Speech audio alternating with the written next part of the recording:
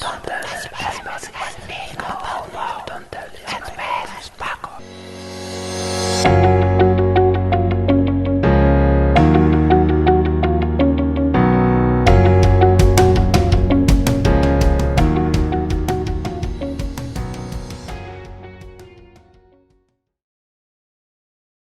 Hi, my name is Veronica Pistek, the editor-in-chief of the Banner newspaper, and you're listening to the Banner Talks.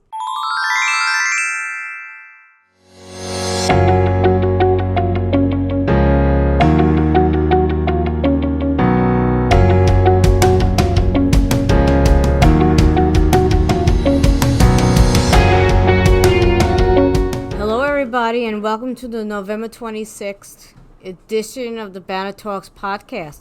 My name is Roseanne Cassar, And my name is Sal Cento. and you are listening to the segment where we cover what's going to happen in and around campus for the next 2 weeks, Dolphin Endeavors. As it's going to soon be December, and that is the month of presents, gift, and joy all around, one would think that CSI would join in these festivities just as everybody else is doing too.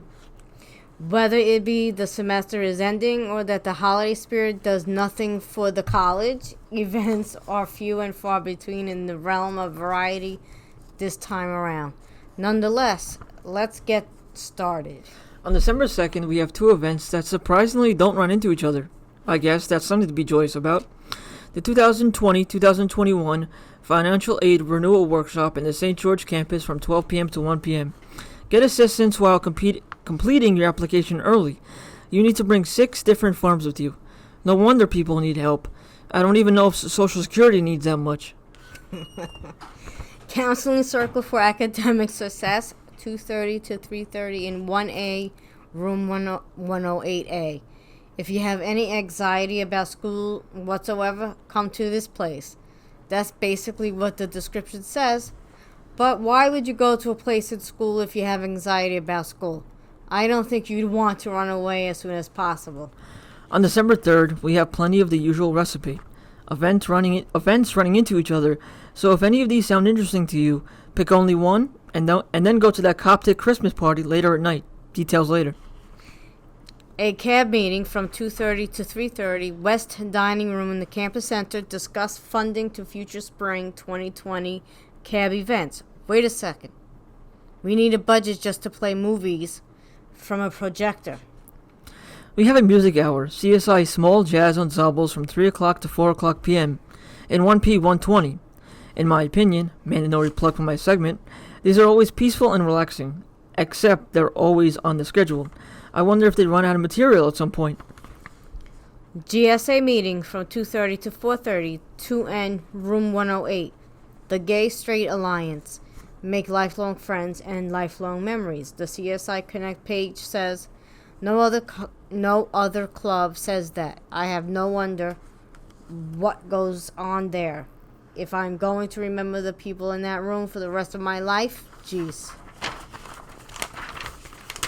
Meeting of the Finance Commission of the Student Government from 4 p.m. to 5 p.m. in the Student Government Conference Room. They meet twice a month to consider all matters pertaining to the budget management of student government. All students are welcome to attend. Ah, the one at the end of the day that I hinted at the beginning of all this. The Coptic Club Christmas Party from 6 p.m. to 10 p.m. in 1C's Dolphin Lounge. Don't forget to bring a friend and an ugly Christmas sweater. No, that's what it says. There's going to be a contest and everything.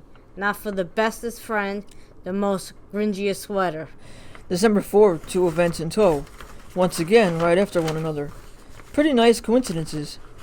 Open mic from 5:30 to 7:30 at 1C's Green Dolphin Lounge, and then another recital for CSI's Jazz Ensemble from 7:30 to 9:30 in 1P's Williamson Theater. If the open mic doesn't feel your craving for artistic sway, there's always music in 1P right after. We have way too many events on December 5th to crack a joke at. So let me just run through them and see if there's any room left for anything else. Computer Science Club General Meeting, 2:30 to 3:30, 1N, room 221. World AIDS Day from 12 p.m. to 4 p.m. in the Health Center.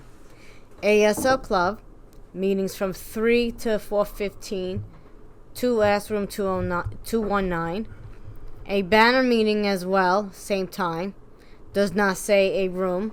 Once again, the infamous directors meeting with a description that says directors meeting at the inscription as well.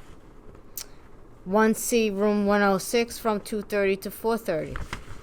Meeting of CSI's student government from 2:30 to 4:30 in the Green Dolphin Lounge. There's apparently another meeting of the student government in the Bijou Lounge, which is 1C 211.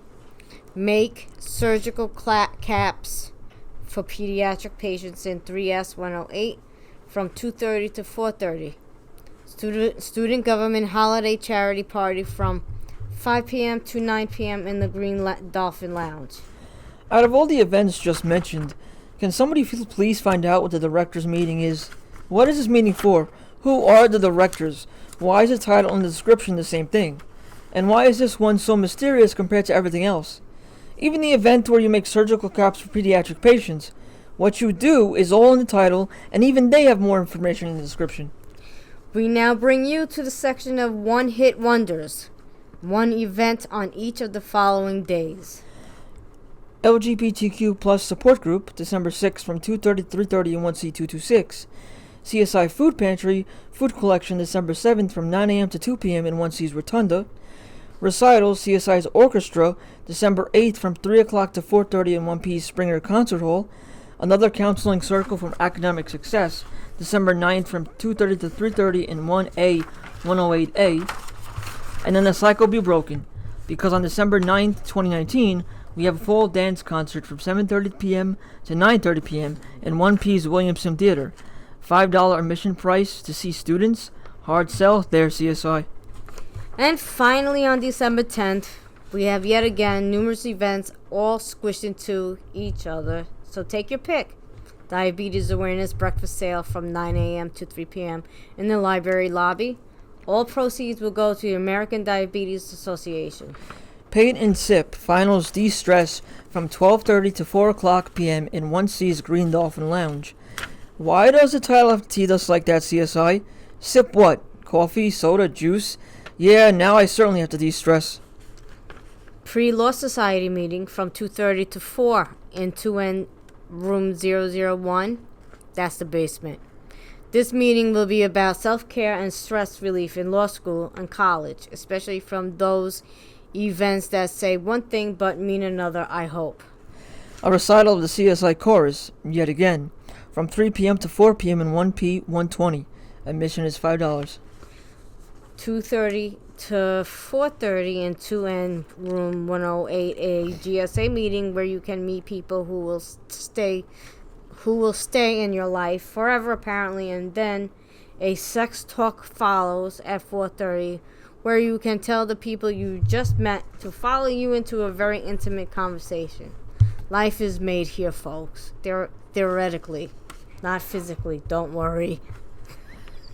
And to finish off this round, we have the Young Artists Recital from 7:30 p.m. to 9:30 p.m. in 1P 120. A recital featuring the young artists of the CSI music program. Admission is, you guessed it, $5. And that is it this time around for Dolphin Endeavors, folks. Hope you all have a good one. Thank you. Bye. Hi everybody, my name is Sal Cento, and this is In My Opinion. And I'm Dijon Virgo. Thank you for listening, and what we're going to talk about today is a lighter topic than most weeks. This week we're going to be talking about streaming services and about how there's too many of them.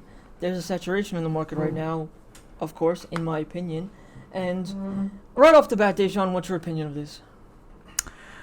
I think there's a lot of people who feel that way. You know, there's like this meme I saw online that was like, it was like of Tyra Banks, you know, she's doing her elimination during American Next Top Model. Then you have the 3 streaming services. Yeah, you know, you have your Netflix, Hulu, and Disney Plus. And it's like, well, You got much more than that, but go on. well, yeah, and it's like, well, you only, you know, can pick one. You know, that's one of the memes, just one. And I was like, you know that's right. For me personally, I only have Netflix.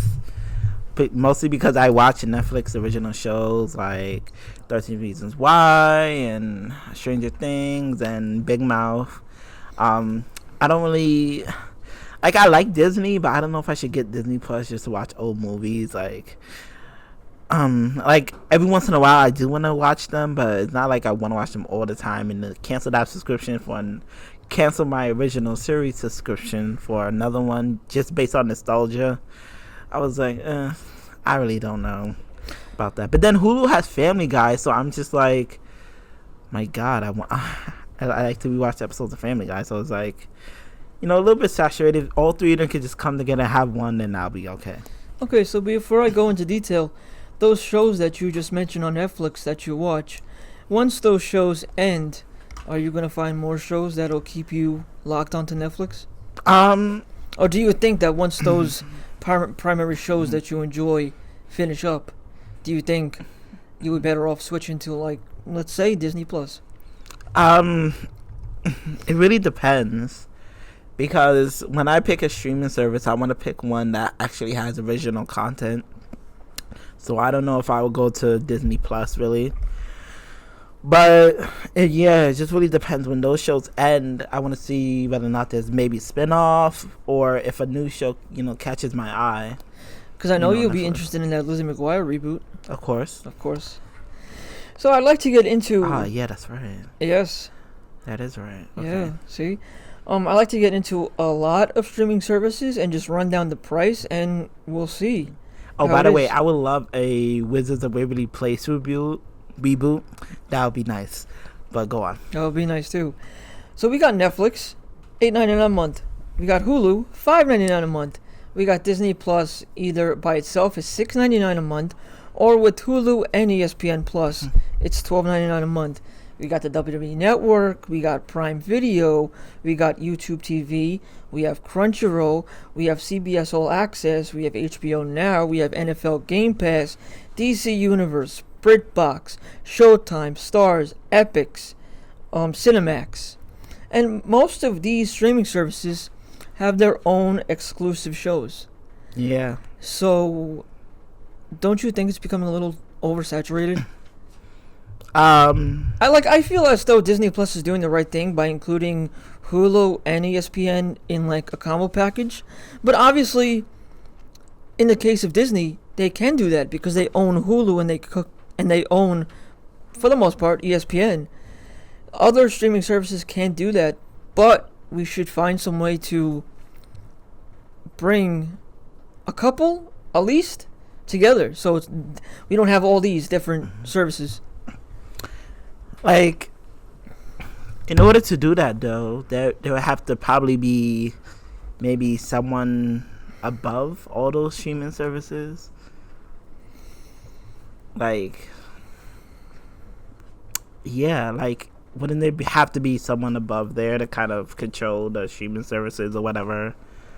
Because I think no streaming service, because right now it's just basically you're out there and you do your best as a streaming service, and to kind of the debate who gets what and who goes where, that would be like more control on the top level, if you know what I mean. I do know what you mean, but at the end of the day, as the realm is right now, it's comparable to selecting a channel on cable. It's the same thing. You gotta go. You gotta go to Netflix for Stranger Things. You have to go to Hulu for Runaways. You have to go to Disney Plus for the Marvel shows that are coming on. You have to go to BritBox for if you're interested in Doctor Who. On BritBox has all those Doctor Who episodes. Who? Doctor Who. Who? Okay. This guy is killing me right now. Yeah. Just coming off Sex and Relationships. So go ahead. The DC Universe has their own exclusives too. Okay. So when it comes down to it, you're just selecting channels once again. It's just a different format. Okay. Same old spiel. Yeah, DC, I see where you're coming from there, and that was another bad one. But like, do you think it's like a good substitute for like cable, or? I do, because there's much more creative freedom when it comes to directors, producers, writers making shows. You don't have the limitations of cable. You don't have like the guidelines that cable goes through. You have much more freedom. But like I said, at the end of the day, if you have a Roku, if you have a smart TV, it doesn't matter because you still have to download the app. You still have to go to the channel. You still have to browse. You still have to like. The only advantage is that you don't have to wait. You don't have to wait anymore. You don't have to wait for the program to come on. Yeah. Even Verizon, even Time Warner has on demand now. Yeah. But those are not comparable to the streaming services. Yeah, because I always go to free on demand, so. Me too. I'm not paying. Why do you mind if I'm paying? No, I'm sorry.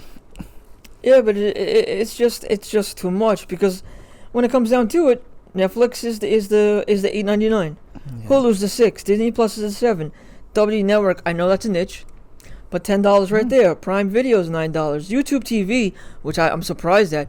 YouTube TV, I don't know who enrolls in that, but it's $50. Yeah, I don't know. YouTube TV is $50. It's like, for me, the thing is, I also still watch shows like on cable as well.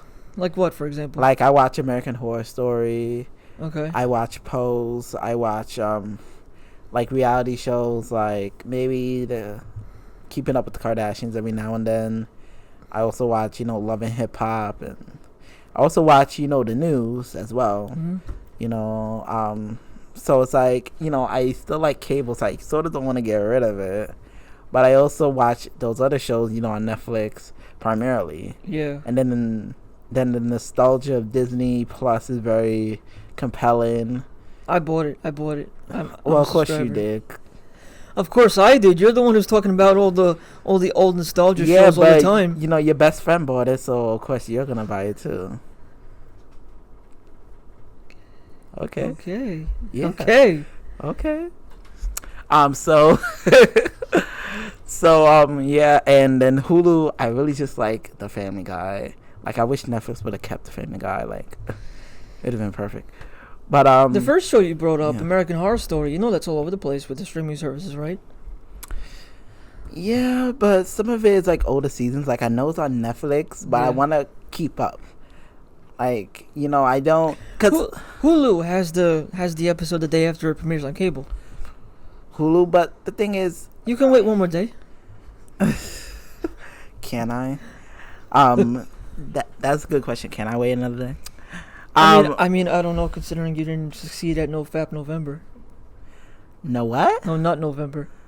I got that right. No fat. It makes sense. Well, you make fun of my weight too. Okay. But anyway. What? You have something to say? Oh, okay. Let's not do it here with just opinions. Yes. But anyway, like, that is a good point. I could get Hulu as well, but I don't know if I want to buy Netflix and Hulu. And plus, I still have all those other shows that are mostly available on cable. Hulu has a lot of those reality shows. I know, like, I know Hulu has like Keeping Up with the Kardashians. They also have, American Horror Story. I was just notified by my best friend that you have Spotify. Who? Me? Yes. I only have the free one. I don't pay for the other one. And stop feeding him information. Shit. And I only have the free one. I'm not paying for the plus. I don't know about that, but let's just go on. What do you mean you don't know? I just told you. I don't know if I don't know if the words come out of your mouth or facts, but excuse me, I'm not paying for Spotify. I don't even use Spotify like that. I pay for Apple Pay, but not Apple Pay. I pay for Apple Music. That's only Apple Music. If you blow my spot when I botch, I gotta blow your spot when you botch. What? I didn't say it was anything wrong with what you did, what you bought. You do your shit. That's your money.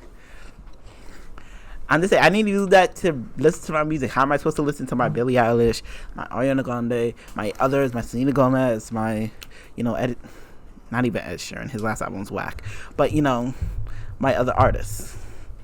I need the Apple Music. Let's talk about streaming services here. Isn't Apple Music going like dying anyway?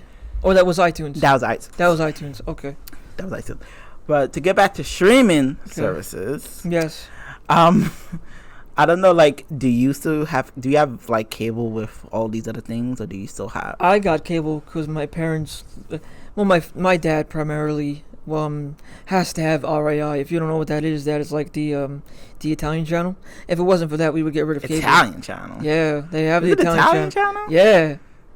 Well, then again, I am on Staten Island, so yeah. You live in the Bronx, so you don't get that. You don't understand. Well, don't get me wrong. We have a little Italy in the Bronx. don't get it twisted, but yeah.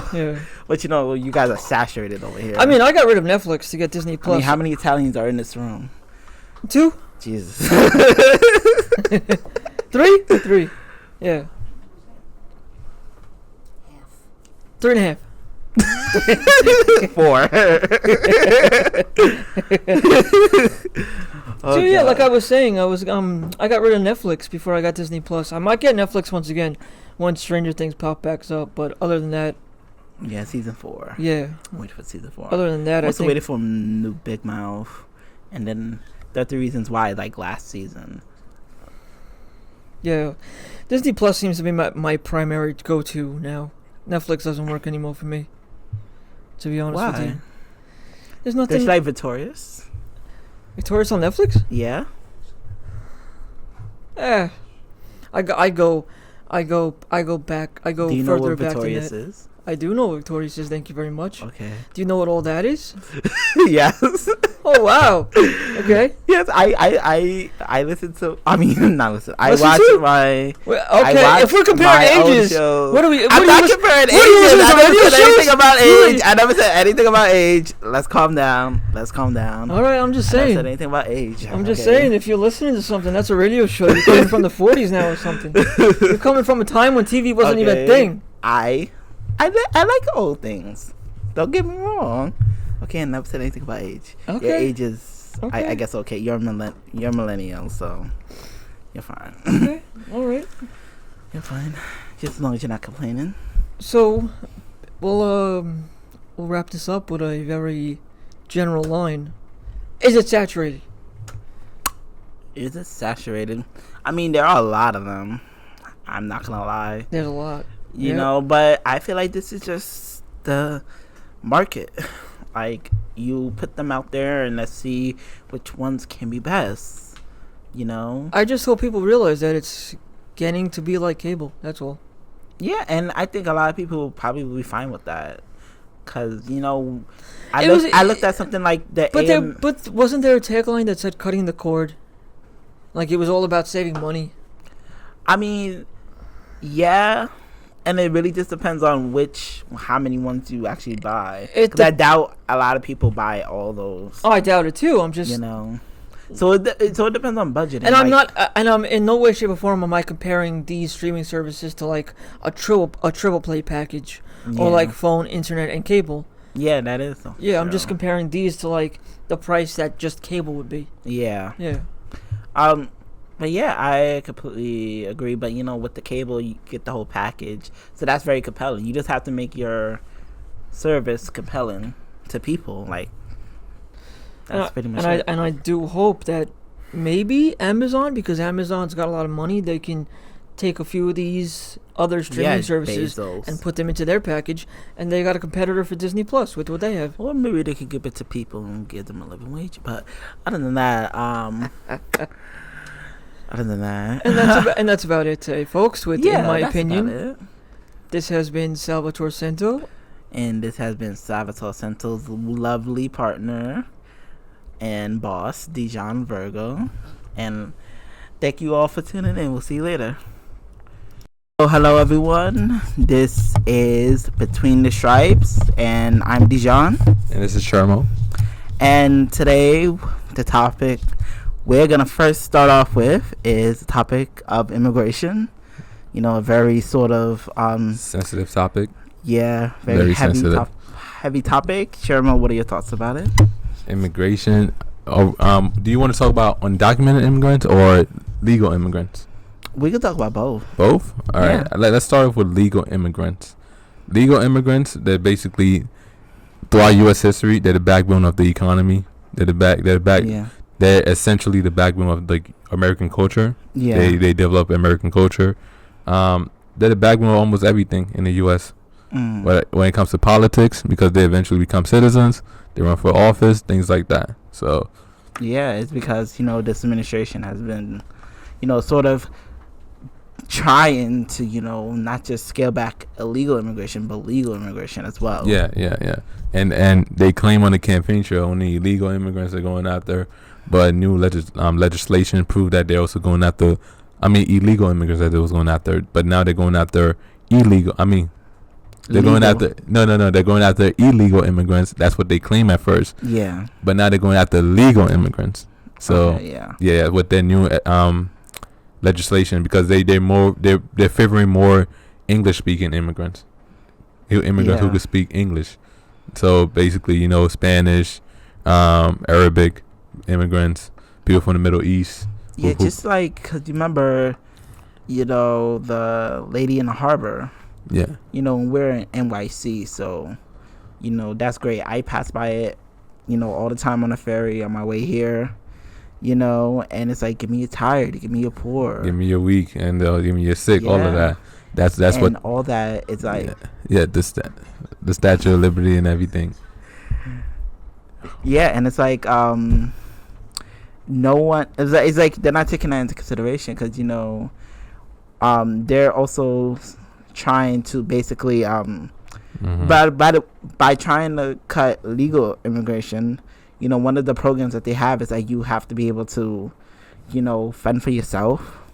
Yeah. Like, or you need to be able to sustain yourself economically. Yeah. Which, in my opinion, doesn't make sense because a lot of immigrants that come here, they come here because they can't do that in their own country, and they're trying to build that here in the United States. Yeah.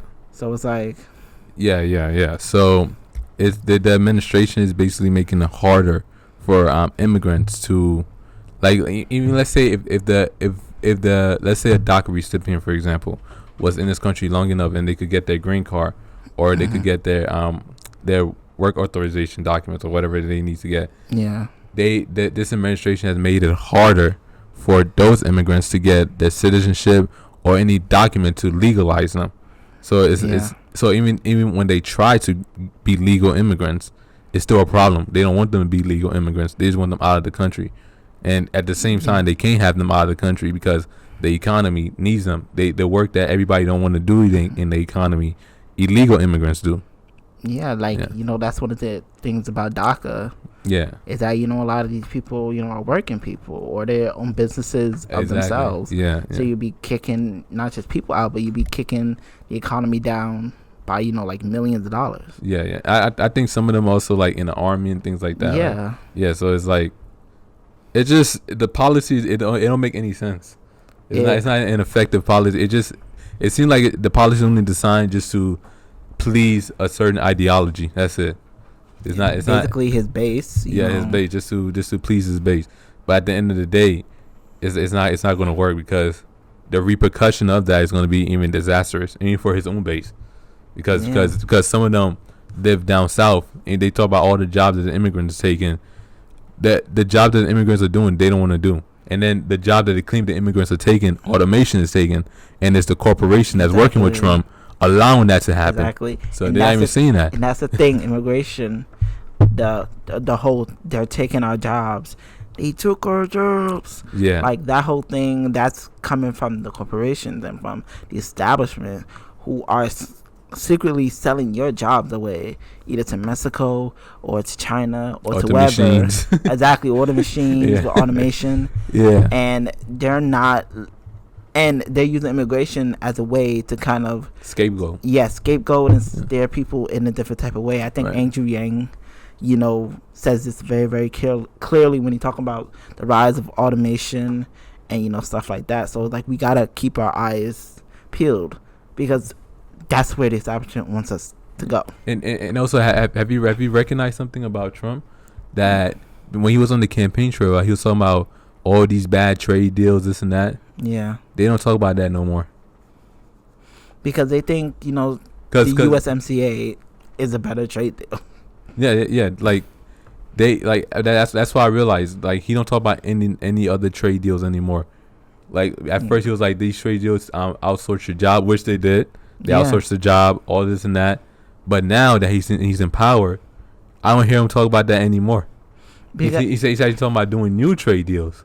I'm like, I'm like, what? Because the thing is, for them, what their argument is that you don't have to worry about that because Trump won't have a bad trade deal. And then they talk about the USMCA and they're like, oh, this is a way better trade deal for our jobs and whatever. And because a lot of his base, of course, trusts him, they obviously believe that he's doing it for the goodness of America or whatever. Yeah, dogmatic. And it's like, it's being held up in Congress for a reason. Yeah. Nancy Pelosi, she says that she needs her insurance of, workers' rights, environmental rights, before it could even go to a vote. Yeah. Which we know these trade deals they're not gonna provide, especially if they're under WTO standards. It's not gonna be good for workers. It's not gonna be good for corporations, things like that. And once again, trade deals are fine, new trade deals, but also worrying about automation. No, the problem with trade deals, there's nothing wrong with trade deals. The problem is these free trade deals. We don't need free trade deals. We need good trade deals. I think Bernie Sanders said that. Yeah. Like, we don't need free trade deals. We need good trade deals. Exactly. So not all trade. If the trade deals are like, okay, I get this and you get that and we even, that's it. But it's like the trade deals are like, all right, you get this, and then make sure our corporation get this. Make sure these rich people get this, or our workers, we'll give them something small. And that's it. That's the trade deal. It just gives corporations more power to pack up. Yeah, basically. In the country. Or evade taxes, like the Panama Papers. Exactly. The Paradise Papers. These was all done through trade deals. These were trade deals. The Panama Papers or the Panama trade deal was the trade deal with Panama that led to rich people basically taking their money out of the country and evade taxes through Panama. Exactly, and dishing them on like islands. Yeah. To evade the taxes. Yeah. Of the U.S. government, the ones that are passed by Congress, that everyone else in the country has to oblige by. Yeah. And then they say, "Oh well, we're still not paying our fair share. Yeah. We need another tax cut." Exactly. It's like enough is not enough. Yeah. Another topic that I know you very much wanted to talk about is the issue of homelessness, and particularly in New York City. Yeah. So homelessness, we all know New York City has been going through homelessness forever now, like since before I was born. Ever. And in LA. Yeah, in LA because of increase in standard of living and not increasing wages, especially in LA where like the housing market has increased to the point where people can't afford apartments anymore.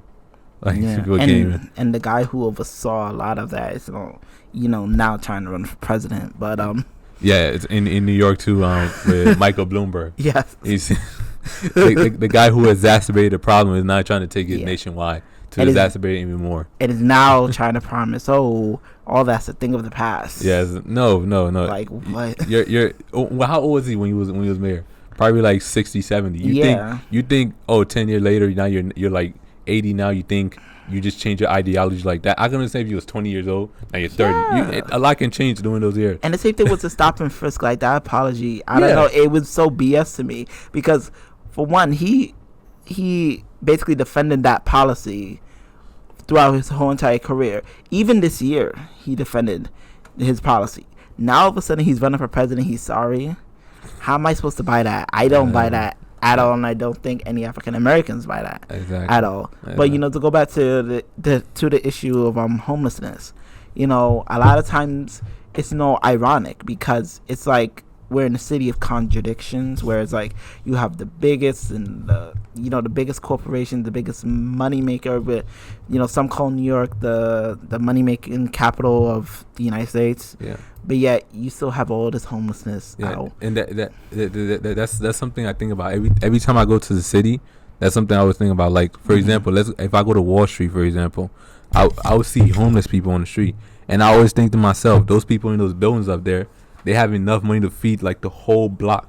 homeless people. You could pack a whole block of homeless people and have enough money to feed all of them. But yet you have them all the way up there who have all the money to feed everybody, who can put every homeless person in their own apartment, provide their own apartment, probably pay their apartment for 10 years, everybody. But yet they don't do that. They're just up there, and then people just are on the street begging for money, like right below them. That's like the greatest irony in the whole world to me. When I be going downtown, that's the only thing that be going through my mind. When I pass by Wall Street and I see all these Wall Street people walking around, and I see homeless people on the street, I'm like, how? Like you guys literally have the money to feed these people. Yeah, and you guys don't. Not only that, but also on the ferry.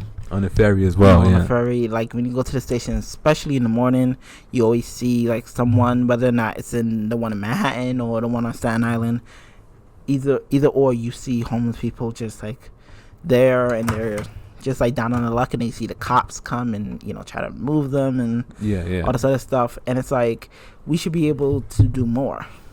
Exactly. To really. Did you know there was a data that came out? It was like it costs more to keep people homeless than to provide housing for them. Like I think it was like it's $30,000 to if you kept somebody on the street and left them homeless. It costs taxpayer $30,000 as opposed to getting them a 1-bedroom apartment. It don't have to be nothing serious. You can put like an old TV in there, a refrigerator, and a shower. Just give them that 1-bedroom apartment. Not a serious bed, like just a regular twin size bed. Is that what you call it? Yeah, a twin size bed, and just having them there, it will cost taxpayer $10,000 a year, as opposed to keeping them on the street, which will cost taxpayer $30,000 a year. I completely agree with that, but I think a lot of it also has to do with stuff like how do we handle mental illness, how do we handle drug usage and all the stuff. We had this disastrous war on drugs and everything, so like how do we change that? You want to know who's responsible for putting mentally ill people out on the streets? You want to know who's responsible for that? Who? Governor Cuomo's father. He was the one that cut back on mental institution, which kicked people out, especially like CSI when they used to be a mental institution. When they cut back on that, they kick people out of the mental institution and put them out on the streets. That even further exacerbated the problem. His father did this. His own father did this. So, and he's not even trying to fix it. He just now is like he knows that his father did this, but yet he was still blaming homeless people for being homeless. And he won't even try to fix the problem. And he has his brother on CNN to back him up. Him up. But that too. And it's like, for me, you say you wanna fix the problem, but haven't really seen any of these policies like come out and being able to pass. Like now, I believe in the New York State Senate. Now it's controlled by the Democrats. So now you should be able to push some legislation through, because I know before it was controlled by the Republicans. Well, it was controlled by the Democrats, but we had a few Democrats with alleged backing of Cuomo to side with the Republicans in the Senate. You remember the IDC? Oh, the state Senate. Yeah, the state Senate, IDC. So now we have the Senate and the Assembly on our side.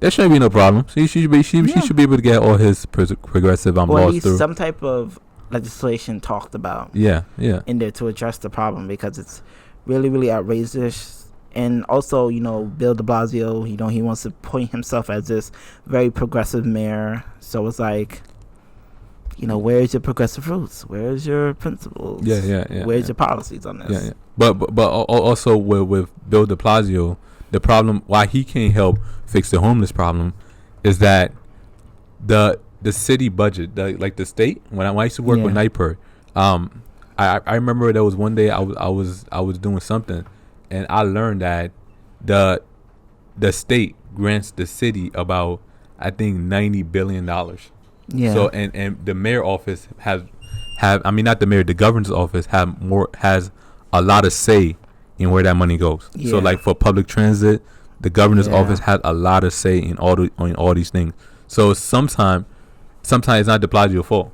Sometimes it's really Cuomo's fault. But it because he's the mayor of the city, people turn to him for answers. Instead of turning to Cuomo for answers, because the state have more control over the city budget than anybody. So what I believe de Blasio should do is just be a little bit more forceful against Cuomo, because at the end of the day, you know, if it is coming from Cuomo, then we need to be able to kind of push back on that. You know, we need to tell him, hey, you renamed the bridge for your father over here in New York City. Well, come and actually see what's happening in New York City. You know, we need to like at least be forceful, because I think there's a lot of people that would back up de Blasio if he went toe to toe against Cuomo. Yeah. And we already know New York State, you know, governors and New York City mayors don't get along. So forget that whole buddy relationship thing and just go and the last time a mayor and a governor got along was during FDR time, when FDR was governor of New York. Yeah. And I think what's his name? LaGuardia was mayor of New York. And it really doesn't matter what political party you're part of. You could be two Republicans, it could be two Democrats, it could be one. LaGuardia was a Republican and FDR was a Democrat. They still got along, they still worked out their differences, and they still progressed the city out of the Great Depression. LaGuardia knew you couldn't just say cut back on government services. LaGuardia knew that. Yeah, he couldn't do the he couldn't do the Hoover way. Yeah, cut back on everything. That's gonna fix the problem. LaGuardia knew that, so he knew that was his homeless problem, and he worked with FDR and they fixed the problem. They got the whole country. He got the city out of the Great Depression. FDR got the country out of the Great Depression. Yeah. So I don't see what's the problem between them now. Is the problem is corruption? That's what it is. For example, Cuomo's corruption. You know the mall by the ferry. Yeah. You know the person who was constructing that I don't know who it was, but whatever company, whatever person was constructing that place, I wrote a paper on this for my English class, in 2017 spring semester. I wrote a paper about this. Cuomo got, I think, about $80,000 to allow them to construct that. Really? Campaign contributions. See, and this is the swamp that has consumed, you know, politics, particularly the Democratic Party. And if we really want to beat people like Trump, if we really want to go back to the FDR vision that we used to have, we need to clean up this type of corruption. Not just in Washington, but also within our party, because our party can't fight that if it's still the party of the elites, if it's still the party of the establishment. Exactly. That's what Bernie's trying to always say.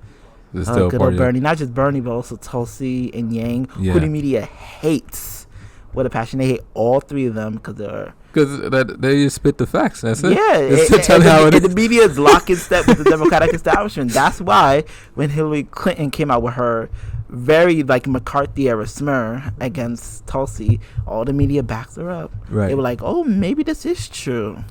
Maybe Tulsi is a Russian asset." Are you fucking kidding me? She went to war for us. She helped us, and now you're just gonna smear her as if it's nothing. And they don't understand what they're doing. That's treason. You can get somebody killed over that. Yes. It's not just there's no joke. If it goes to the Supreme Court, she can actually lose her life over this. Yeah. But treason the death penalty is warranted for treason. Yeah. They don't understand that. And it's so crazy because all she's doing is saying that we need to bring our party back to its roots. The same thing with Bernie Sanders, the same thing with Andrew Yang. And that is what they don't want. Because the establishment, the media, who's locking step with the Democratic Party, they're saying, oh, well, if these people come to power, well, we're done. Well, you know what? You know what I say to that? Good. You should be done. Exactly. Because you was in power and you screwed up. And now we got Trump. So we need to make sure that you guys change so that we never get anyone like Trump that can get into the presidency. Exactly. Ever. So this is more than just about beating Trump. It's about stopping any type of Trump candidate to ever be elected again. Yeah, exactly. Okay. Exactly. So this was a very good conversation. So thank you all for listening. This is Between the Stripes with Dijon and Shermo. And we'll see you later. Yeah.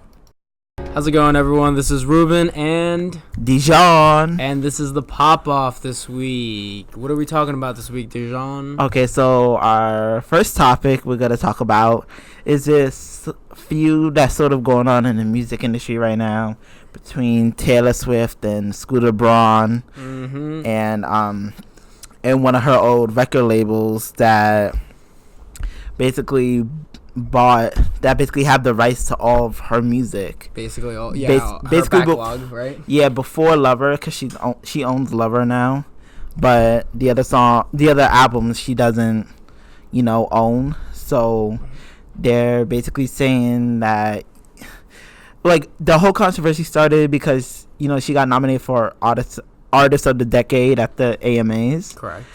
And basically she sent out a post saying that Scooter Braun and the other company won't let her perform her old songs because she was going to perform a medley of her hits throughout the years, and they said she couldn't do it. So she took to social media and said, listen, this is the situation I have. There's nothing else I could do. That's big bold captions. There's like nothing else I could do, stuff like that. Right. From my understanding, though, it's if she skips out on doing that performance, or did this already pass? Yeah, she already did a performance. So did she end up doing her old songs? Yeah. Oh, did she? Yeah. Oh, which songs did she do? She did Love Story. Oh, she did. Wow. She did like from her old catalog. Mm-hmm. So do you know if this is gonna affect her being able to re-record these songs now? Because my understanding was that was like the end goal is for her to re-record these songs and then be able to release them and keep making money off them. I don't think so, and that's only because it's like when you really, well, here's the thing, she's waiting for the contracts to expire. Mm-hmm. And once they expire, which I believe is next year, sometime next year, that's when she'll be able to actually re-record all those albums and actually own them. Okay. And not have anyone else.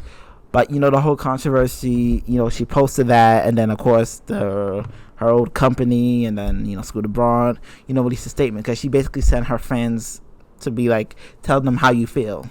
Right. Tell them how you feel about this. Scooter always rubbed me the wrong way ever since that Bieber documentary. Never Say Never or something. I just remember seeing him and I'm just like, I don't trust this guy for some reason. Yeah, and Bieber always sticks up for him. Has he made any like has he taken a stance on what's happening with Swift? Before, because when this originally broke, because this is not the first time it's been controversy. Before then, it was when the news actually broke that the other company bought the rights to her music and owns them now.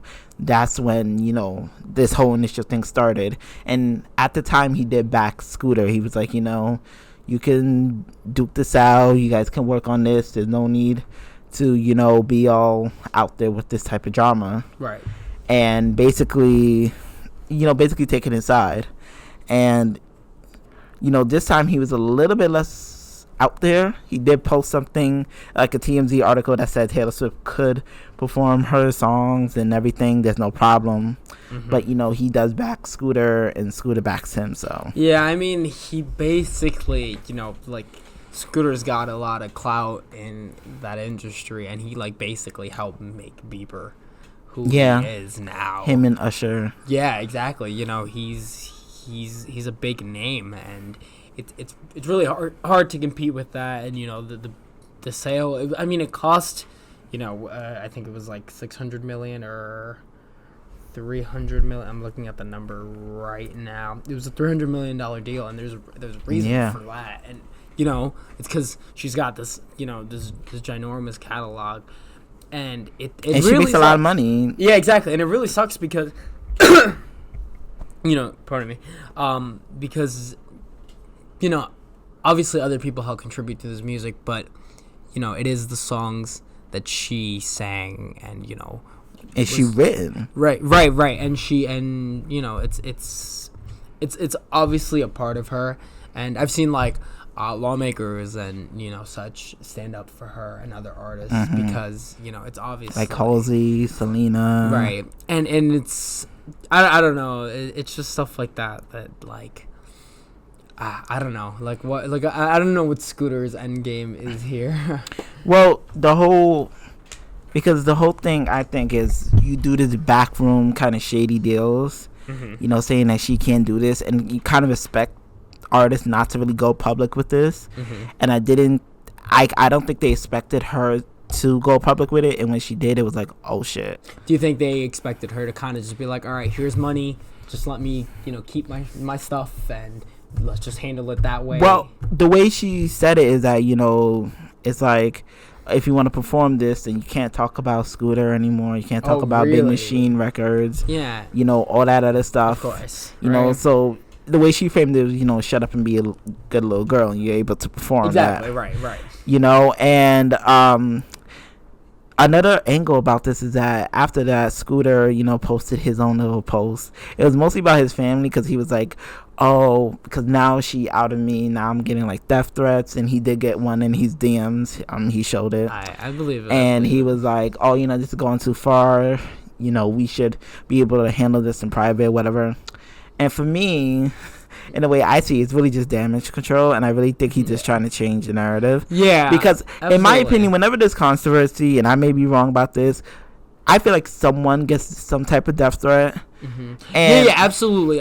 It's not like you're condoning that kind of behavior, but it's like you also have to think, like, this is a major deal between like the world, like one of the world's biggest pop stars. You're also a huge name in the music industry. Like, this is gonna cause some, and it's not like Swift is out here telling people to send you death threats, but people are obviously like they're going to be very mad about stuff like this, Yeah, and the thing is, like, I think he's just doing that to control the narrative, gain sympathy, make it look like, oh, Taylor has gone way too far, and all this. And for me, just like, if he would have done the right thing in the first place, which is allow her to perform her music, and then just wait until she re-records everything next year, then, like, if you would have just done that, then everything would have been okay. But you want to take a step further.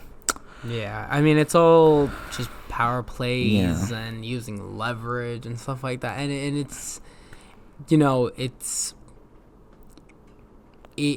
like, obviously, at the end of the day, these are two like millionaires, but it's still like, these kinds of dynamics in, these bigger industries where, like, even like one man can hold so much power over like even one of the most successful pop stars. Exactly. Yeah, and it's a bunch of BS, honestly. And I also agree with that. Yeah. And so, switching on to another topic. Before we do, though, go ahead. She's got to go ahead and re-release these songs already, because I'm trying to listen to Love Story and what's the other one off that album? 15. That's my jam. And then what's the big one off that album? I can't remember. You Belong With Me. Yeah. All right, I'm not afraid to admit it. I love those songs. I mean, I love other songs too that are not singles. I love Hey Steven. I love I think White Horse was probably a single. Yeah, that was. And I also like Fearless. Those are 3 songs that I like over there. So but I really like Hey Steven. I like the way she plays the guitar with it. It's just good. Very, very good. So as you were saying. Okay, so this next topic we're gonna dive into has to do with the rapper T.I. He's getting a little bit of flack online because he basically said that he goes with his daughter to the doctor and he makes sure that she gets her hymen checked. Yeah, her hymen checked. And it's intact every year. Yeah, to make sure that she's a virgin. Which people have kind of like lightened up on him, and I think they shouldn't. I think that like this dude needs to be reminded for like the rest of his life, like, hello, that was not okay. This will never be okay. Yeah, and it's really weird because it's like, okay, she's 18 at that point. Yeah, I think she's like 19 now or something like that. Yeah, 19 now, but I think at the time she was like 18, and it was like you started when she was 16. Yeah, and it's like 18. She's her own woman. Yeah, exactly. You don't really get to decide her sexual history, her sexual health. At the very least, you should give your child medical privacy, something like that is just it's not okay. I mean, it'd be different if it's still overstepping boundaries to want to know whether your kid is a virgin or not if they're not sitting you down and telling you. But there's a difference between asking them and having a medical professional quote unquote confirm that they are. Exactly. And it's funny because he said that the doctor told him, there's multiple ways of actually breaking the hymen. Like riding a bike can do it. Any type of athletic sport can do it. Horseback riding can do it. Yeah. And for me, it's really just very, very misogynistic in my way, because you're sitting there trying to dictate the sexual health of a female instead of trying to guide her. Exactly. And this is all, it always goes back to like, or supposedly goes back to like, oh, I'm just trying to do right by my kids, and I'm trying to make sure they're being blah blah blah, this and that. And it's like, no, you're not. Like, he bragged about his son having sex at like 14. Like, you shouldn't be bragging about that. Like, you did, like, at the very least, you should be explaining to them and like knowing that you're not going to be able to control it and stuff like that. But that's like, to be bragging about it is just gross. It's disgusting. He went on Jada Pinkett Smith's like sit down show. Her show, yeah. Yeah. And he went on it with his wife, and he kind of addressed the controversy. And he was like, oh, these are all assumptions that people are making. I didn't classify whether or not, I was the only one there, or if I was in the room or anything like that. And it was like, okay, for me, I don't think he's a bad father. I just think he was a little bit overprotective and overstepping boundaries. And his daughter allegedly supports the same thing, because it's, like, basically she started liking a whole lot of comments that were like, T.I.'s being possessive, he's being he's being overbearing. Yeah, being overbearing. And I think it just goes to the fact that T.I. really has some type of backwards thinking in terms of like the role of the family, whatever. Absolutely. And the best way, because he's like, oh, I'm trying to shield my daughter from these men out here who are not good for them and all this stuff. And I'm like, in a way, if you want to do that, then you need to show them. Right. Show your I'm going to go on the offensive here and say he is a bad father for doing that. Okay. I think, like I said before, like, you don't, there's backwards thinking, and, and that would be, like, demanding to know, like, are you a virgin, this and that. But even that doesn't take it to the extreme of, like, I'm taking you to the doctor, and the doctor is going to, quote-unquote, confirm to me that you're a virgin, okay? Like, what kind of implications does that send if, say, she did go for a bike ride once, and she broke her hymen, and, she's under, whatever, she had happened to be under 18, and the doctor has to kind of be like, because she's your dad, maybe the doctor doesn't have her best interest in mind. He's just kind of like, yeah, well, you know what, this is the guy who's paying me anyway, so yeah, her hymen's broken, but I can't confirm whether she's not, like, what happens when she gets home after that? Like, what kind of rules and boundaries is he setting out that he's being this possessive with his daughter? And then to go out there and to, like, not even think about, like, how this is going to, like, first of all, like, the stuff that he's already doing impact his daughter, but to talk about this in public, like, that's embarrassing. Like, you're talking about your daughter's medical history to everybody online and reading this article. Like, she was the talk of the news for, like, an entire week, 2 weeks. And it's like, that's got to be embarrassing. Like, and it's like, show the example that you want your daughter to know about. Exactly. Not only that, but also look at your sons as well. Exactly. They should you be can't say you're concerned about one of them and then not be concerned about the rest of them. Yeah, because like I said, T.I. is very backwards in his thinking. Exactly. Very, very backwards and very, very, like, old time in terms of what he thinks a patriarchy means. He believes he should be the patriarchy of the family. Yeah. And to keep that unit, together. It's very backwards. You have to allow your children to have the freedom and to be able to do what they need. Exactly. And like I said, like, you gotta know that, like, you're gonna have to educate them, or just ask. Exactly, and just ask. And like, even if you're being overbearing in that way, like, this is just takes it to, like, that next creep level that it's just it's icky. And, like, I've heard, like, super awful takes on like the radio and stuff, where like other hosts will be like, well he's the man of the family, and you know that's what he's got to do, you know, to protect his very misogynistic. His daughter and this and that. And it's like you don't care about protecting your daughter. You don't care about that. You just want to have, you know, you want to rule with an iron fist. You know, what you say goes, because you don't want them to have sex. Well, that's what it's got to be. Yeah. Very, very crazy. And so basically our next topic, or our last topic, will be about Christmas. Will be about whether or not, like, the Christmas time frame, because I have my own time frame, and mine is after Halloween is Christmas, and then like the 2 days leading up to Thanksgiving and including Thanksgiving, so those 3 days are for Thanksgiving, and then it's back to Christmas. Would that explain the red sweater, even though Thanksgiving is in 2 days? I mean, I'm just being Mr. Rogers out here, so it's like you look like it. You look like it. So I'm just doing that, and that's my time frame. But people say, "Oh, it's too early. You gotta give Thanksgiving." But I'm just like, really, what do you do for Thanksgiving, honestly, other than eat?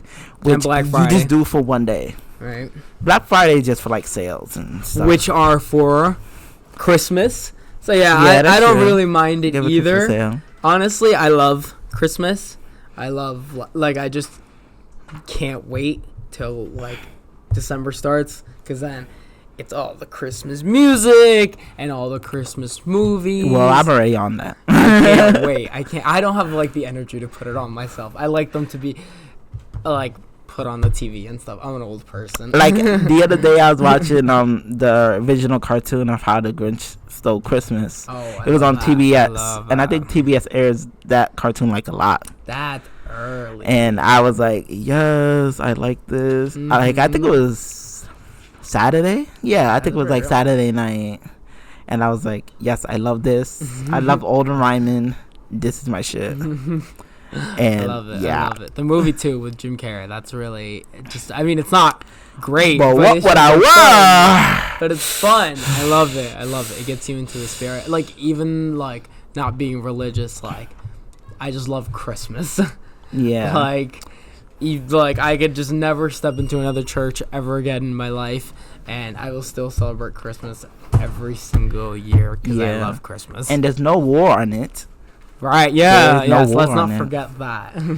Yeah, because I'm saying it right now, and I've been saying it for the last 5 years. There's no war on it. There's no war on Christmas. Saying Happy Holidays, like, I don't understand the difference. Like, yeah, literally. If it's Merry Christmas, Happy Holidays, who gives a... Right? And if you celebrate something else, that's awesome too. I mean, yeah, you know, you get a bunch of, winter-related holidays, and that's cool. You know, too, those conservative snowflakes whining about something that means nothing.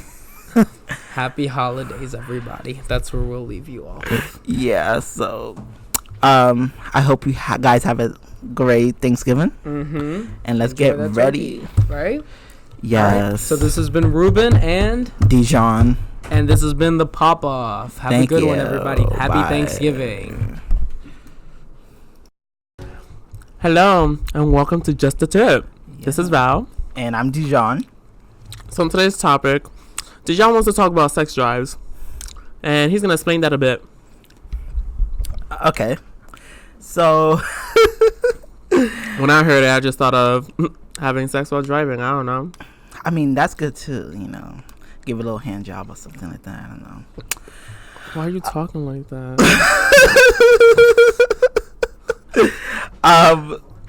Basically, when it comes to, like, sex drive, like, many of you may have a partner. And, and it depends on, like, how frequently do you want to have sex? You want to have sex maybe just once, twice a day, maybe just once a week, maybe just once a month, maybe once a year, and, so I'm going to cut you off. All right. So they said something about sex drive and having a partner. So to have a sex drive, you don't necessarily need to have a partner. Okay, you can just have a high sex drive, but it doesn't mean you're doing anything because you are not finding a sexual partner. Yes, it might say like how active you might be, but it doesn't necessarily mean that you're gonna act on it. Yeah, that is true. But you can have higher lows. yeah, you can have high or lows, and then it's like once you get into a relationship, it's like you have to negotiate that. Do you? I don't know. It just happens. It just happens. I mean, it depends with who you with. Because I know like some of my friends are like, oh, we gotta make sure we negotiate our little contract and all this stuff. Contract. Yeah, and I was like, contract? Like I had your reaction. I was like, contract? I mean, does it need to be a contract, or can it just happen whenever you two are like in the bed and in the mood or something like that? Get out. Yeah, because I'm like, if you need a contract in order to like, I think they were using it more as a metaphor, not that it was literal. No. I know that, but even like in the metaphoric sense, it's like, I don't know. I just like it kind of spontaneous, but I get people have other obligations and stuff like that, and so I'm like, Okay. Mm-hmm. Also, on a side note, just a tip for y'all. Look in the mirror and just stare at yourself and just say, I am beautiful. I'm the best person in the world, and your confidence will be so much better, and I guess that will boost up your sex drive. Boom. Yeah, that is true. I did talk to a lot of people who are like, I don't have like a very high sex drive because like I don't have confidence in myself, or I may not look the best, and that doesn't give me confidence to really go out and like actually have sex. And your advice right there was basically something I tell them too, which is at the end of the day, you just have to make yourself feel comfortable. Yeah, and that also helps with your sex drive, because you're just because the person that whoever you're seeing or talking to, they're gonna notice like something's off. Because like even when I meet with people and they don't have that confidence or whatever, I just feel like weird just being my energy just being there, so I just like kind of just walk away. And so another topic we could talk about is the topic of like cheating. Because cheating, what's that? Oh, I don't know. It's just something people cheaters do that still. I think so. I mean, I think there's a word called like breaking up or something like that, and then like doing whatever you want to do. Like I guess a lot of people do that, but I guess for some other people it's like, oh well, I don't have the confidence to break up with this person. Yeah, but my thing is like, why? Like even if you don't have the confidence, like I don't know, just put something forward that you're not longer interested in what you're doing. I don't know, like there's no point in cheating. Yeah, like that's how I feel, because it's like if you're not comfortable with someone or you're not getting anything out of a relationship, you should either try to, I don't know, like tell your partner that, communicate that, try to work on it, or you just leave. Yeah, I mean for some other reason, like I guess people are like into like open relationships and multiple people, and like their partner's not into it, so they like find a way to still manage to do that. And this my thing is just no, like they're not into it, either respect it or just break up. Or like if you want to be that person to break up with your partner just because they're not open into open relationships, which does happen, you're more than welcome to just walk out the door. Exactly. There's no reason for cheating. And it's like you could do that. Like there are lots of people out there that are into open relationships, so you could just find someone who is interested in the same thing you are. Like you don't have to cheat on another person. Like that makes, at least in my opinion, that makes no sense. Yeah, that's just you being a coward and a pussy. I mean, are they being a pussy? Because they're not getting any pussy, that's why they have to cheat. That is so true. That is not assuming that that's what they go for, just saying in general. I don't know their sexuality. No, it's okay. Isn't that what you I know it's okay, I'm saying it. But is it that also you major in psychology? Who, me? Yeah. No. At least not anymore. Exactly. Move on to bigger and better things. Yes. Go Val. Self-love. Always. I'm always treating myself. It's ridiculous. Sometimes I get like so high on love for myself. It's just like, you need to relax. And I'm like, fuck that. No.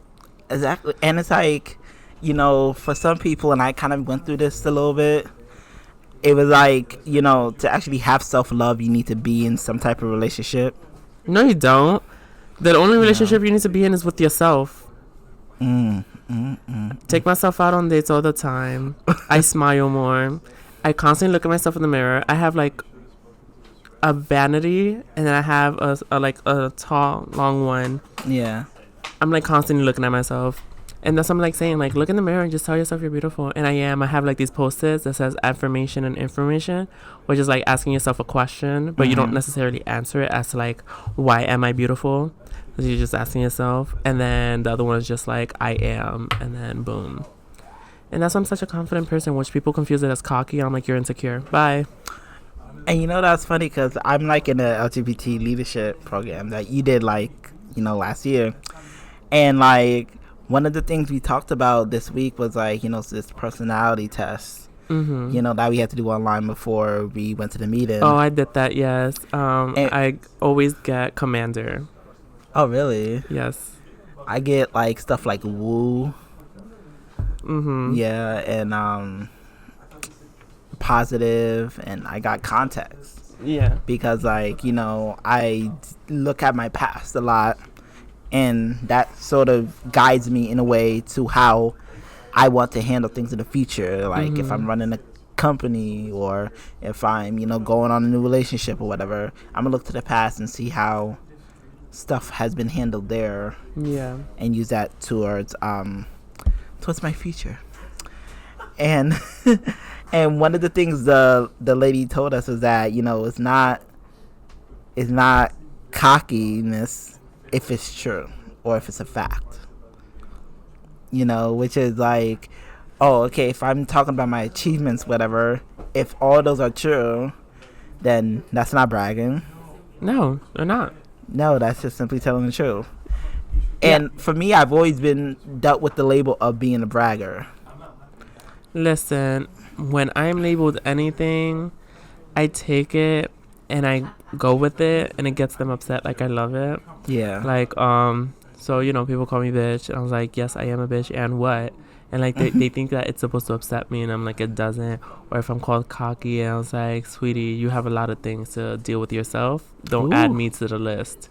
Because once I put you on my list of bad people, the rest of your life is not gonna go well.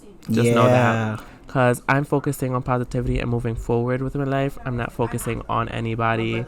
Like, if you're over here thinking about me and you're like, you're not going anywhere with yourself. Exactly. You know, and like, we had to like write down what makes us remarkable. And I did. And, you know, I felt kind of empowered because I was like super cocky-ish. Okay, yes. So I remember doing this workshop, and there was a point that you had to write things that wow, the word is not coming to mind. What's the opposite of your achievements? Like the opposite of that? Your weaknesses. Yeah, your weaknesses. Yeah. We got to that part. See, I don't even know the word because I don't focus on that. Ooh, that's smart. So we got to that part, and I just stood there and stuck, and I was like, yeah, I don't have anything to put here. And David just looks at me. He's like, Val, we all know you have weaknesses. And I'm like, oh, once you figure them out, let me know. Oh, that's funny. You know, yes, and I was super empowered. I was the first one to share mine. And I was like, oh my God, I haven't felt this way since middle school. Because like in middle school, I kind of dug myself in because a lot of kids were complaining that I was talking about the National Honor Society, student government, and you know, all the other achievements I had. That is all you talk about. Huh? That is all you talk about. Yeah. Yeah. And so, like, besides this, if we weren't doing this, that's what you would be talking about. Yeah, and then, well, you know, it's not bragging if it's a fact. And so, anyway, a lot of the kids were like, oh, why does everyone keep talking about it like the National Honor Society walks around like they're so better than us, even though we are. It's just like, you know. That is not a fact, so you're bragging. Yeah, okay, now I'm bragging. That's bragging. And so, basically, a lot of them were complaining, and I was like, okay, let me just keep to myself. Let me just keep everything to myself. Let me not say anything. But then I also realized that people try to take advantage of that. So I was like, trying to walk a fine line. One thing I've been learning is that people that are higher than you will never judge you. But the only people that will judge you is the people that are below you. Mm-hmm. That's it. Yeah, I definitely agree with that 110%. And so another topic we'll get into is, it's the end of November, basically. Thanksgiving has passed. And so it's like, See, I already see where this is going. So I'm just gonna ask: did you fail? Yes, I failed. Oh my god! I failed. No, not November, guys. Don't be so mad at me. I'm sorry. No one really cares. And but just to just tell them, yes, what happened. Yeah. So basically, it was coming up, and this is like in October. So at the same time, I was planning my Halloween costume and everything. And so I was like, I'm going to do it. I'm gonna show some restraint. So I guess after Halloween, I get to November 2nd, and I'm already done. And I'm like, damn. And I was so upset because after I did it that morning, I was like, fuck, I was supposed to not do it. Do what? Like the no nut. Oh, you mean like you pleasured yourself? Oh, okay. Yeah. I thought it was a person. Okay, gotcha. No. Oh, so you really failed yourself. Yeah, I did. You failed but accomplished something at the same time. Yes, I did. And I sort of wanted to do it because like it seemed like a good way to test yourself. I always like to test myself to see. Sure. It's low-key because you're not getting that. Well, not right now. And let me see. What you mean not right now? You had a guy and you let him go. Yeah, I let him go. But it's okay. I'm moving on to bigger and better things. And not only that, but I was talking earlier about Fiji, because that's like one of the countries on like the Peace Corps thing that I'm thinking about joining. And apparently, and I didn't notice, they're very like Christian nation and whatever. Mm-hmm. So I was like, I go there. And they're telling me on the website, I have to, hide my identity, whatever. No, not my identity, my sexuality. And so I was like... You're like, what do you mean I'm straight? Exactly. What do you mean, bro? Bro? Ew, just stop saying that. It's triggering, dude. And I was like, okay, if I get on Tinder in that country, I'm going to just get a whole bunch of married men who just wants to have fun and all that stuff. And I'm like, I don't know if I could do married men. Like, what? No. I'm lost, but whatever. Well, I'm just like, because it's a very, Christian nation and stuff like that. People have their desires, but they, feel like they can't do it because it's not, socially accepted over there. Well, just for comedic reasons, just for the audience, like, let's do this. Like, let's do the rest of this sounding hetero. Sounding hetero? You think you can handle that? Yeah, I can. I don't think I sound masculine. No, it's okay, bro. No, I still sound like a bitch. Yeah. It's not working. No, well, let's give it a try. Why you sound like Madea when she had a drag?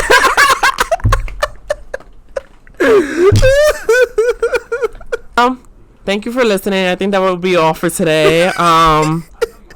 Yeah, thanks for joining Just a Tip. And we'll see you next time. Yeah, wait, what?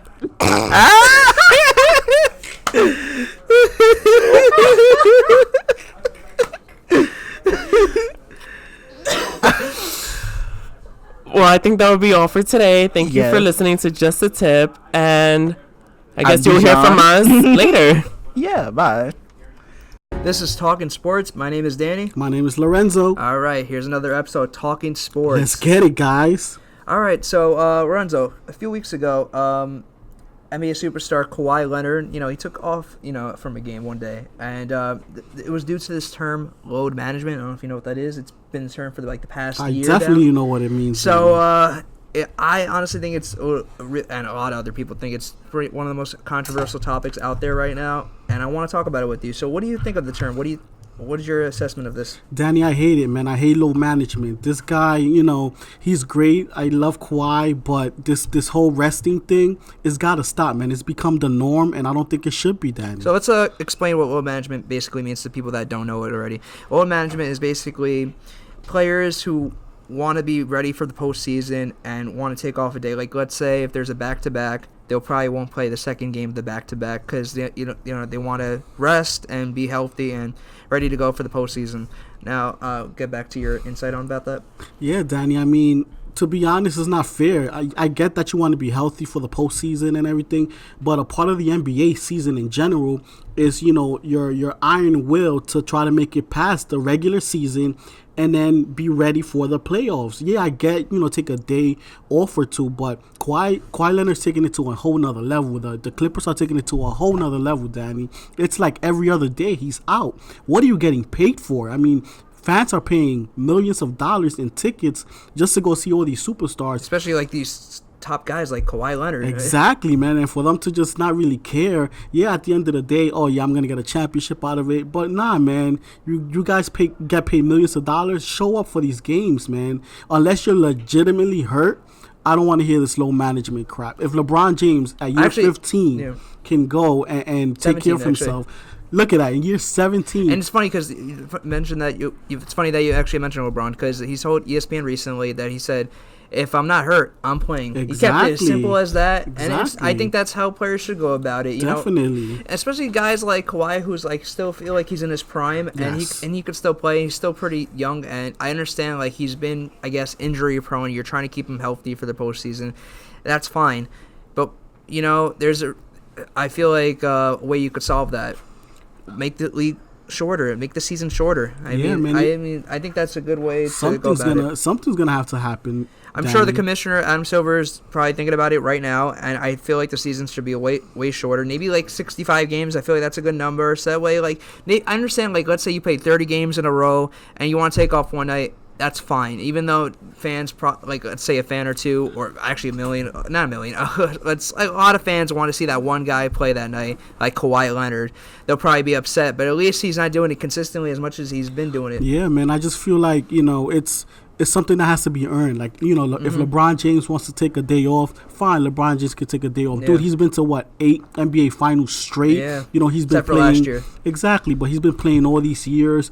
It's legitimate, but for a guy that was injured like 2 years ago, missed the whole season and low managed with Toronto, and nobody said anything because nobody expected them to win. But this whole notion of he's the best player in the world, I don't want to hear that when you're taking days off. When you're showing up in the playoffs, but you have a solid team. On top of that, the only reason you won that championship was because of injury. Let's not get it twisted like this guy's the greatest thing walking on earth right now. The Golden State Warriors were done. That's another topic we're about to get into. But they were done, man, and they won that championship because of injury.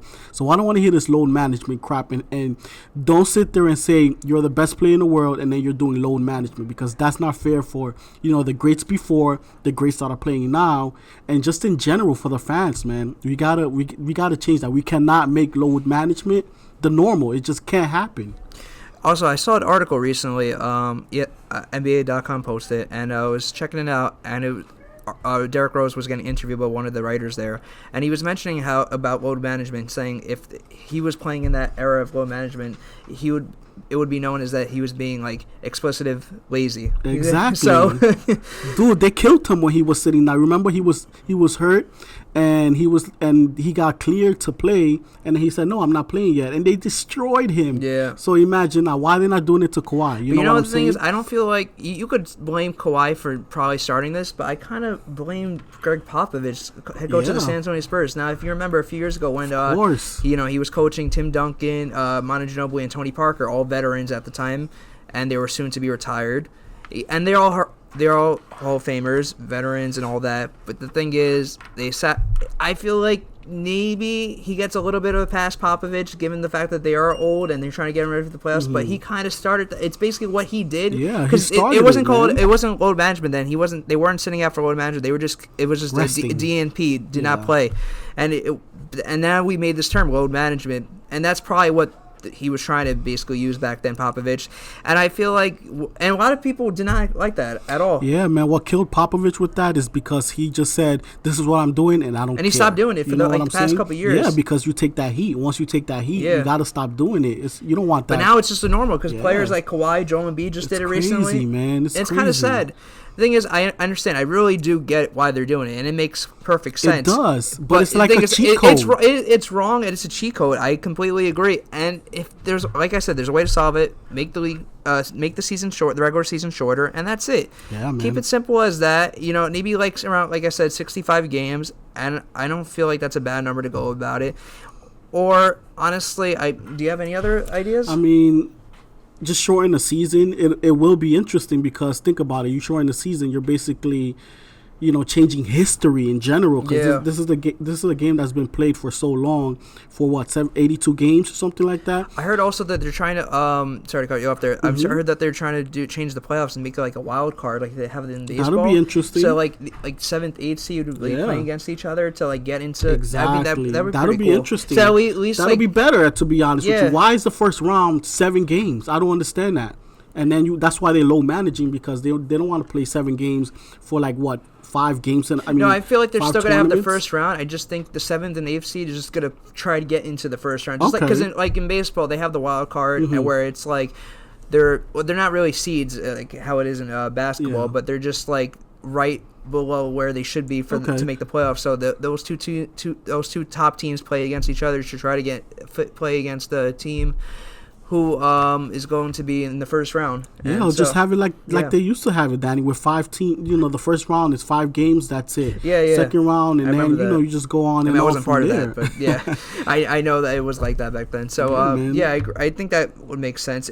Making the playoffs shorter or starting earlier. Exactly. Starting earlier or finishing a lot later. What's the problem with that? Starting it earlier and also just making the season shorter. Exactly. I feel like would just take away this load management thing. I understand maybe resting for 1, at best 2 games, but not every other day. Danny. That's seriously just ridiculous, man. It just is, man. And I'm glad that the media, they're taking notice of this, because they weren't taking notice before. They just, they were quick to crown people, but now, they're taking notice, and a change needs to happen, man. Completely agree. So you want to get into the next topic? Yeah, let's do it, man. All right. So the next topic we're gonna get into is how Stephen Curry, he just broke his hand not too long ago. My, how the tides have turned, Danny. I mean, the whole Warriors team, I mean, just imagine, they were one of the best teams last year, and now, I mean, they're literally, I think, the worst team right now. I mean, think about it. That's how quick an NBA season gets adjusted. Like, literally, you cannot take anything for granted, Danny. These guys were in the NBA Finals. Yeah, they lost Durant. They lost Clay for the whole year. Curry potentially the whole year. It's just Green, and I mean literally D'Angelo Russell, who they signed over the summer, just got hurt, and it's sad, to be honest. It is sad, but man, this is crazy, man. You can't take it for granted, Danny. These guys were like we were talking about earlier, they were in the finals a year ago, and now they're like the worst team in the NBA. Mm-hmm. Like, are you serious? The worst team? They're worse than the Knicks. That's my team right there. I mean, I'm actually pretty happy about that. So I mean, it's crazy, man. And Steph Curry, he gets hurt. He broke his arm or something. He broke his hand because Aaron Baines, the center for the Phoenix Suns, fell on it. I mean, and he says he's gonna come back, but I mean, what's the point, Danny? When I saw 3 months, I was like, wait, what? I mean, come on, 3 months? Yeah. I mean, and then it was a whole year, and I was like, and then I heard he might come back, so I don't know what the whole situation is. But you know what? We can't sit here and talk about low management and then expect these guys to take a day off. You know what I'm saying? If they're healthy to play, let them play. You know that. So let's get Clay in there. Let's get Curry back. Well, I mean, Clay tore his ACL just like Durant did. So I mean, supposedly he was supposed to come back still, but let's see. I heard mid-January, and then I was like, I don't know. Yeah. I don't know what the whole situation is. I mean, I feel now that this low management thing is a big deal. Just sit out everybody, play the rookies, and that's it. I mean, seriously, if we're just gonna go about it like that, I mean, might as well.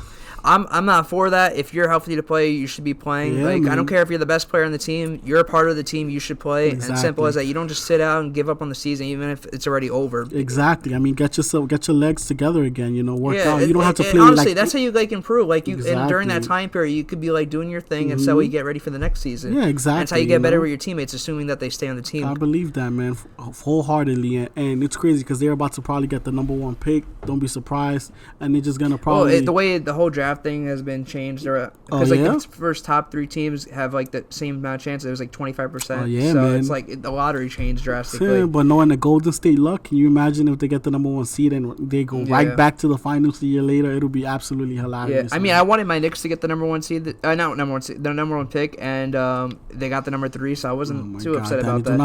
Do not talk about the Knicks right now.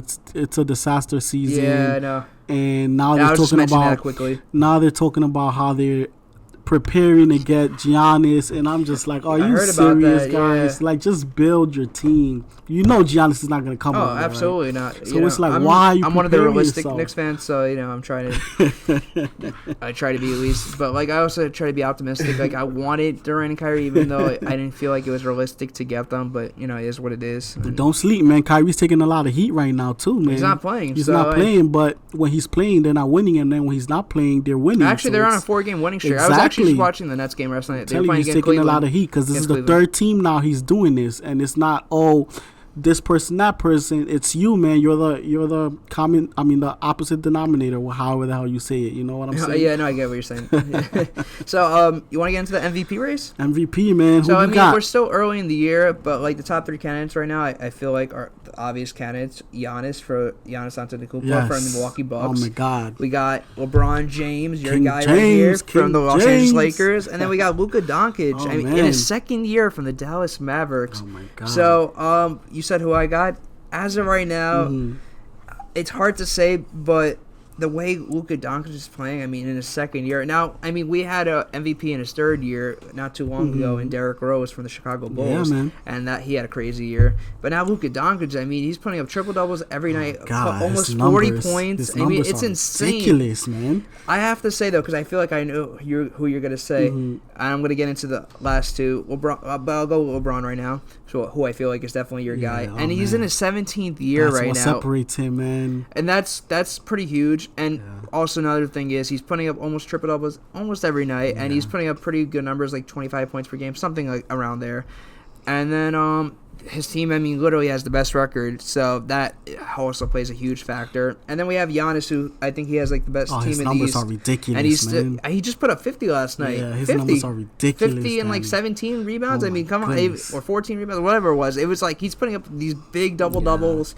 And that 50 last night definitely was something, and I will definitely keep my eye on what he's going to do, keep going forward. Yeah. And honestly, it's tight right now, and we're still very early in the season. Yes, we don't we know are. where it's going to go. If Luka Doncic makes his Dallas playoffs, it makes his team into the playoffs. Honestly, helps his team get into the playoffs. Honestly, I feel like he could potentially get MVP, but I don't know. It's still too early to say. But who do you got?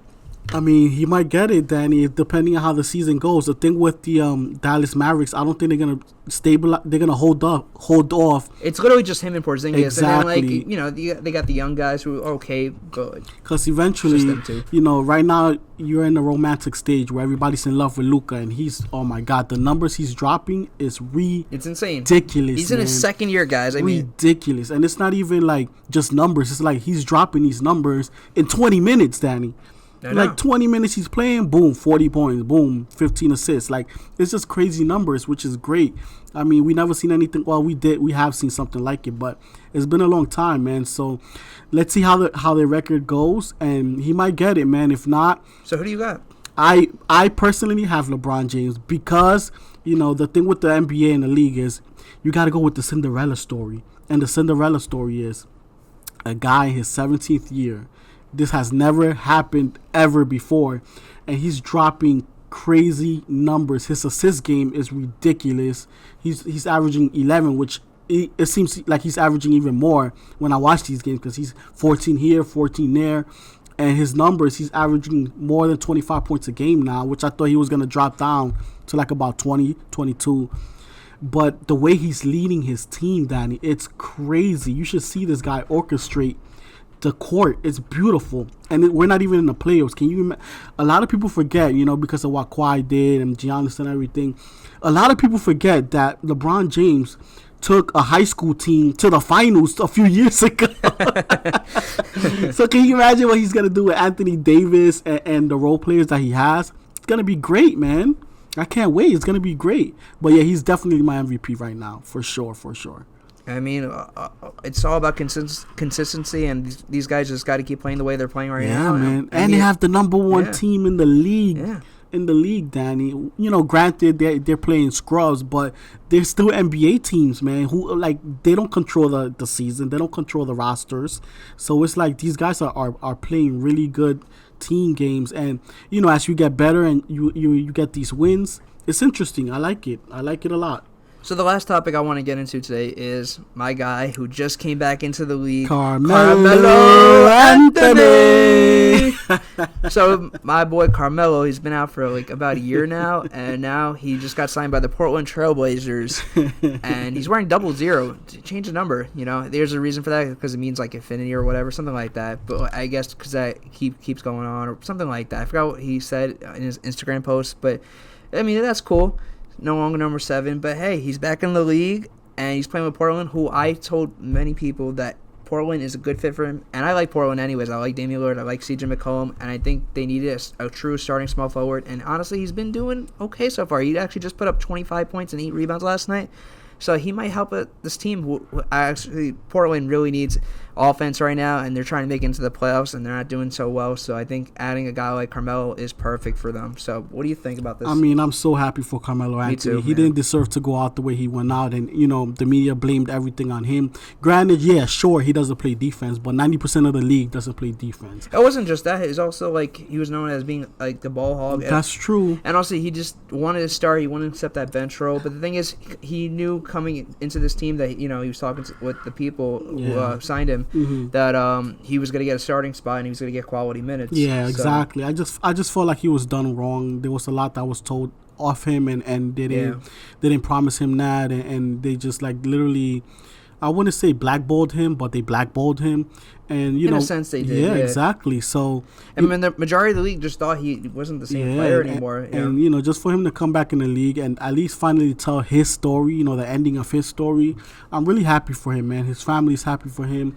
I don't know if you guys noticed, but there's a lot of scandals going on with him and his wife. But she was at the game. Yeah, she was literally FaceTiming her son, their son, exactly, and she showed him it was he was on the bench and he was looking. It was cool, man. Yeah, man. These are positive energies, positive vibes that we need to support our favorite players, man. Because people forget that this guy was an all-star for a long time. Yeah, and for 10-time all-star. Yeah, and the thing about media that upsets me now is they're just it's almost like they're kind of waiting for somebody to just go down, for them to just nick and just destroy their character or destroy their everything they accomplish, which is bad. He's accomplished a lot, and for him not to write the ending of his story, I'm just glad he's getting the chance to do that, man, for sure. Well, as long as Portland keeps him, he gets to, at least end off his career on a good note. I like to think, Yeah, I think they're going to keep him. He dropped 25 yesterday. I know, are you serious? That's great. The thing is, what you were saying about, getting this backlash and all that, LeBron gets it all the time. Yeah, all these other players, it just happens. It's crazy, though. It's absolutely crazy. It's dude, the first game, remember the first game of the night? Oh, cool, LeBron is done. He's not the same.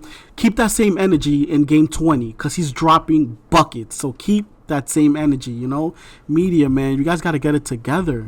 Take its time with things. Well, I'm glad Carmelo's back on an NBA team, and I hope, he stays on it. Or just, keep saying for him in the NBA for, at least another couple years. Keep it going, and I'm proud of him, and I'm not honestly proud of him. I'm just glad he's back in the NBA. That's all I can really say. For sure, man.